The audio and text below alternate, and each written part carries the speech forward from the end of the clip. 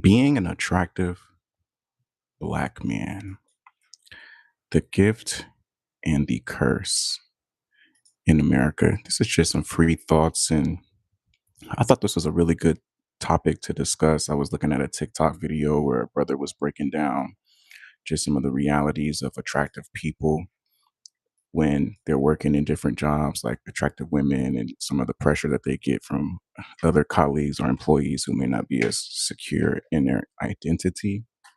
I thought it would be good to talk about the attractive black man. And attraction isn't just limited to physical feature, symmetry in your bone structure and the alignment of your jawbone and cheekbone.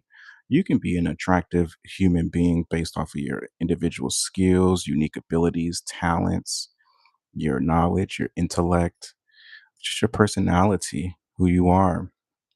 And people can find that attractive.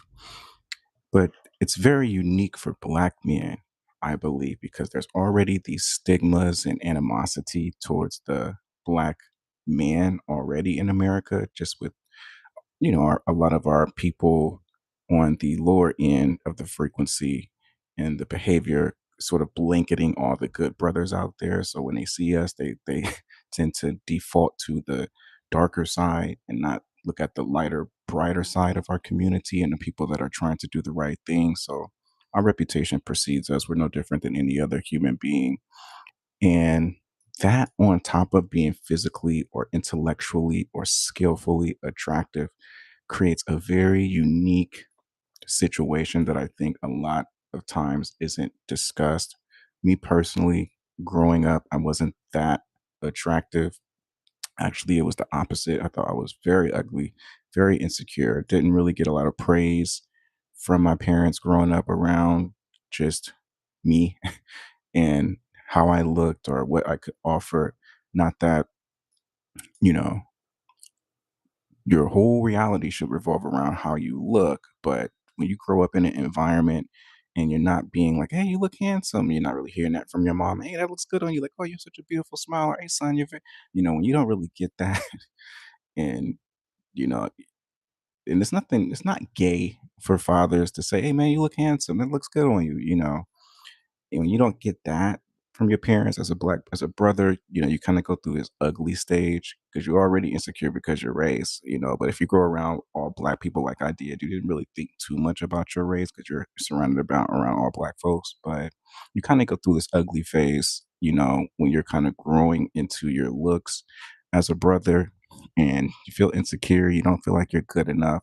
And that's where the work needs to happen, where we need to validate, acknowledge the beauty in our brothers, even not just physically, just in their intellect, in their abilities, in their existence.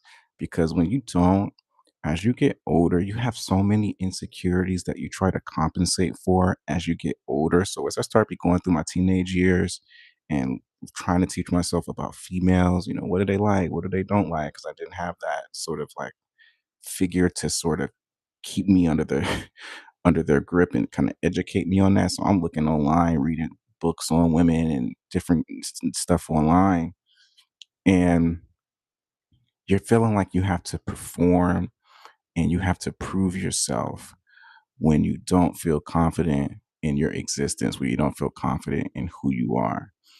And I think that's what started the trajectory of a lot of insecurities that I had as I became older and started to really fully grow into my looks because you'll have a lot of brothers who are attractive and, you know, in your mind, you're thinking like, man, he could probably pull a lot of women, he got it all, right?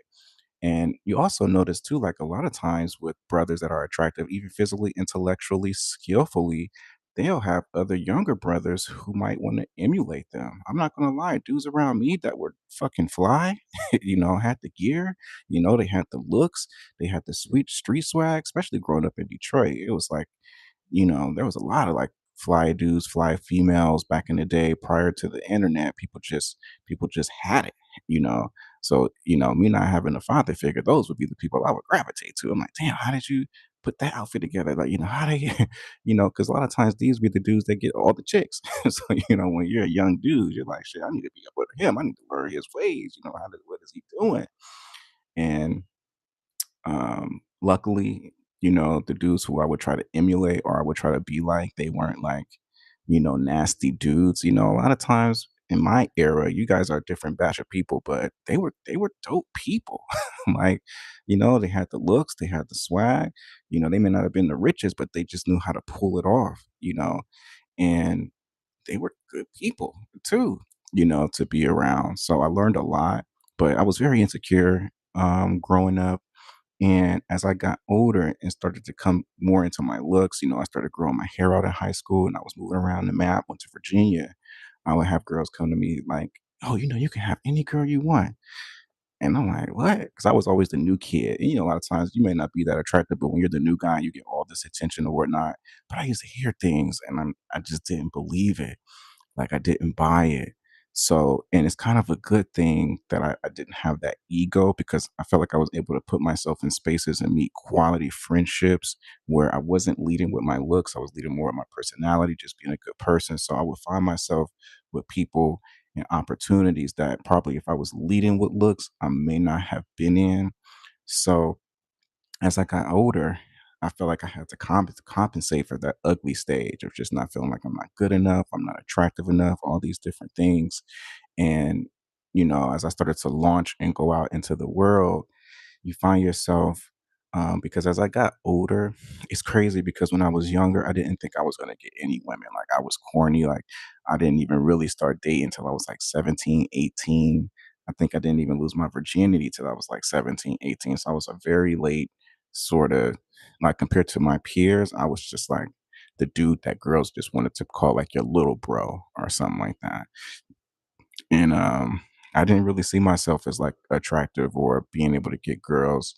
And then as I got older and started going to the military, I started to notice like the easier it was for me, the more I branched out of my environment that I was raised in, where it was just like flow into me. Like I would go out sometimes just by myself and just be pulling, pulling, pulling, pulling. Like, and it got so much, but a lot of it was driven by insecurity too, because I kept feeling like I had to prove myself. Like, yeah, I can get girls, and even when you're pulling girls and you start to kind of grow into your looks, if your core is insecurity, you're still not operating from your potential.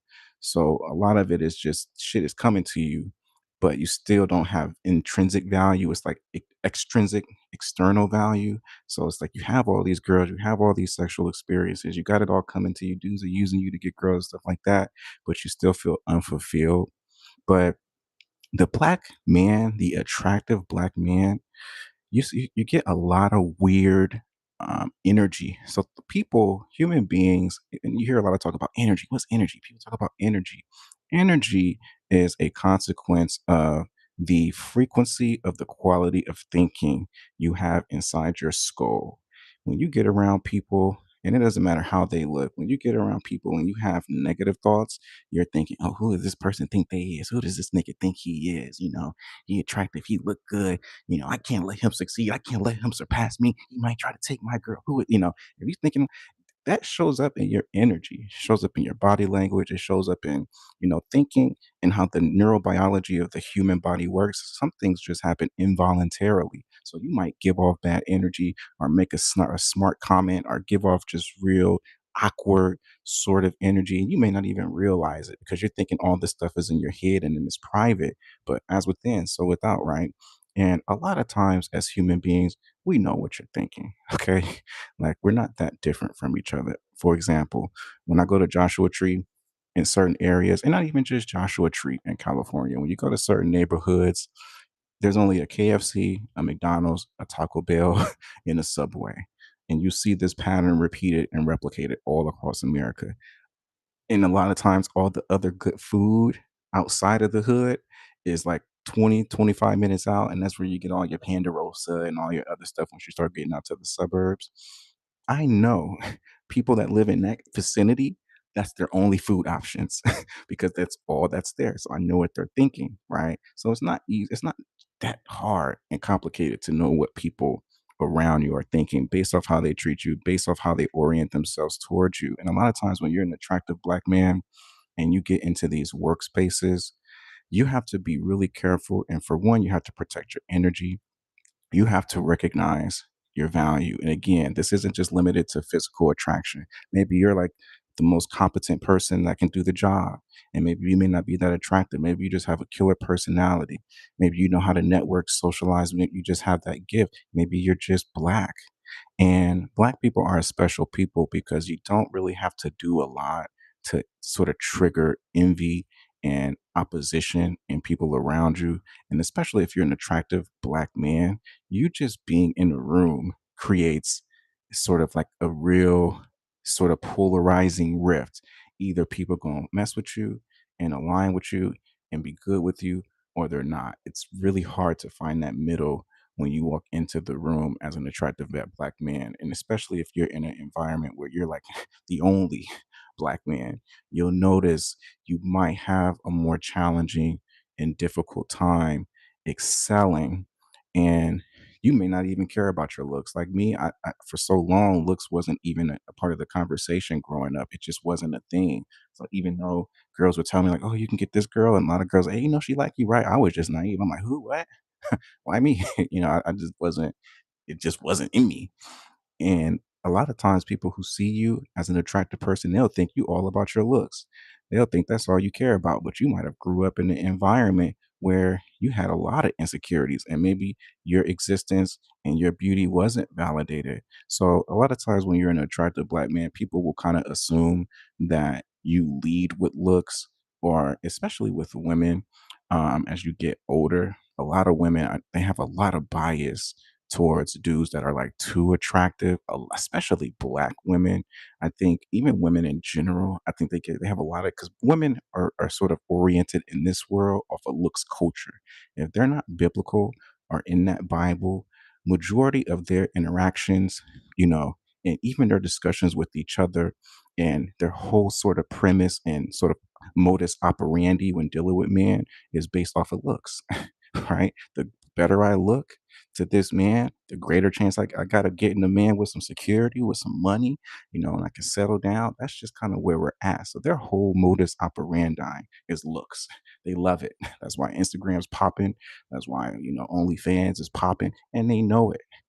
They know it. Hey, we run off a looks culture. So when they see a brother who is physically attractive, intellectually attractive, but especially physically attractive, sometimes you'll get stereotypes where they're like, "Oh, maybe he's gay," or "Oh, he thinks he's prettier than me," or you'll hear things like, "pretty boy," and different things like that. And where I grew up, a lot of the dudes that were called like the quote unquote pretty boys, those was the killers.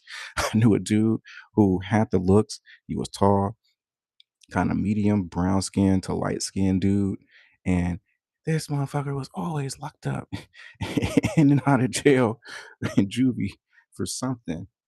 And sometimes attractive black brothers, when they're young and they're kind of growing into their looks, they might feel like they have to prove themselves to the other brothers around them who may not be as attractive, but they may be more gritty, right? They may have, they might lead more with like street cred and just different things like that. You'll find brothers who are attractive feeling they got to prove themselves to the other, men in their groups or in their environments by being extra hard, extra tough. "Oh, you a killer, I'm gonna be more of a killer," different things like that. So yeah, being a black man by itself is an attractive conversation, because if you're the only black guy and maybe the environment you're in is a whole bunch of dirtbag non-black people with their little prejudice and their sort of like superficial way of doing things, but maybe you're the black person that's true to his culture, maybe you're a believer. And not all non-black people are like that, but I've been in environments like that where they operate totally different. They're not like us, right? So it's like you're gonna get a lot of attention and attract a lot of people just off the strength of your race and your culture. And people will be jealous of you, like in counseling. When I worked in certain programs and I was the only black counselor in some of these programs when I was doing my internship, sometimes some families, some younger people, especially when I was working with the youth, they might feel more affinity towards black culture. It could be because of the music. It could be because maybe it's more relatable. Who knows? But sometimes they might just want to work with you prior before they would even want to work with their own culture. Sometimes it's like that. Just because you're working in a diverse field and you're doing public service doesn't necessarily mean that people that don't look like you want to only work with people that don't look like you. Sometimes they'll work with black people just because they might want somebody who's not a part of the culture and who's unbiased. And you'll notice you're getting hate from that. So don't abuse your power, brothers. Like, I know some of you guys may not know your physical attractiveness level because maybe you got a whole bunch of jealous a-holes around you, so they're not going to tell you anything. But know your value, know what you bring to this world, to the table, and don't abuse it. Because sometimes you'll have dudes who, are attractive, whether it be intellectually, mentally, physically, and they'll use that as leverage to just, sleep with as many women as they can, make as many baby mamas as they can, have as much sexual, circus as much as they can. Do what you want to do. I can't control what you do or what you don't do. I just think that that is the like very dark, low frequency way of doing things. And not only that, it just makes the race look bad. So yeah, man. I was just looking at this post on TikTok and the brother was talking about that. Like when you're physically attractive, they're going to try to keep you out of opportunities. They're going to try to make it hard for you to advance. They're going to try to put a lot of pressure on you. You're going to have to find yourself doing extra. You might find people don't like you for whatever reason. You're just going in there to work and to mind your business. People are giving you a hard time. And also when you're working in these jobs and you're an attractive black man, you may have opportunities where women might want to mess around with you or they might want to flirt with you or you'll find them responding to you differently than they might do like the average coworker. And you want to be careful with that because you don't know what type of situations these women got going home on at home. A lot of times people come to work and they try to create a whole totally different separate life from the life that they have at home. And you want to be careful with women when you're an attractive black man, especially if you're the only attractive black man at your job. It's just best practice to just not mess with anybody at your work. Okay. Women are emotional. I don't care how mature they come off, they're emotional, and you start opening legs and sleeping with them. Now you've created a dynamic at your job where you're going to be walking on eggshells. You don't know what direction she's going to take this. When you sleep with a woman as an attractive black man, especially at your job, and really in general, in a sense, you giving that woman a little bit of your power emotionally, mentally, because you're probably panicking. Man, is she going to snitch on me at the job? Is she gonna what's gonna happen? So keep your power at work. You're gonna have a relationship, have something with somebody that's not at your job. What they say, like don't shit where you eat. It's like have something that's going on outside of your work, where your bread and butter is, because you don't know if she's gonna abuse that experience, and you don't know what she has going on outside of work, and it just puts you in a very ambiguous situation and you might find yourself attracting women where they're just throwing their legs open at you, okay? And I would be cautious with that. I would be cautious with that. Because a lot of times, dudes who are insecure and they grow up into their looks, and maybe they grew up ugly like I did, and then you grew up and you start look totally different than what you did when you was younger. So now that you have looks, you might just be thinking, "Yeah, man, I'm about to fucking slay." I'm about to fuck all these chicks. You want to you want to be. I would be cautious with that thought. I would be cautious with that thought because a lot of times, even if you're a righteous dude and maybe you don't think that way, but if you're an attractive dude, they're thinking that you think that way. You see what I'm saying? They're thinking that you think that way. Set boundaries, spaces where you don't have to be snuggled up with women at your job or at school. Put space between that. Set boundaries with yourself. Don't put yourself in precarious situations. You got to look at all females like a risk, whether you're at school, whether you're in the office, because when you're an attractive black man, there are really no rules. There are really no rules. You're thinking, oh, I'm attractive. I can fuck with her. She's attracted to me. It's not going to come at no price. It's not going to come at a cost. I'm good. I got the green light. Nah, you can get fucking screwed, and them knowing you're black and you don't have a community of protection and the law is not on your side, you need to look at every sexual escapade as a fucking risk of losing your job, losing your credibility, losing your reputation. You need to really slow down. What they say, drive slow, homie, on everything I love. I learned a lot of hard lessons. I did a lot of reckless, foolish things. And I'm just giving you guys wisdom. Being an attractive black man in America is a gift and a curse.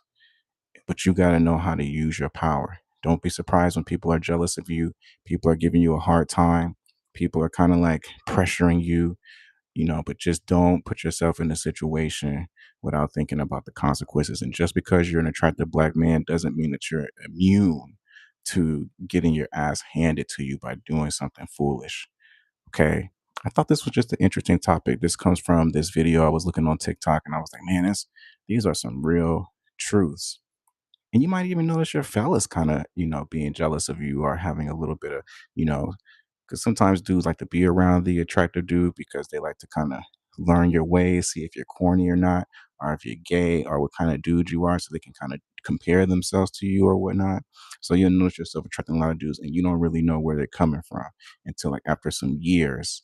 And sometimes they just want to know your wisdom. They just want to have, and sometimes it makes them look good when they got an attractive brother around them, and maybe they may not be as secure in themselves. Maybe they may not have as much self confidence, but if they got you on their team, that boosts up their social credit. So sometimes you'll get used by certain groups and by certain people for their validation and insecurities.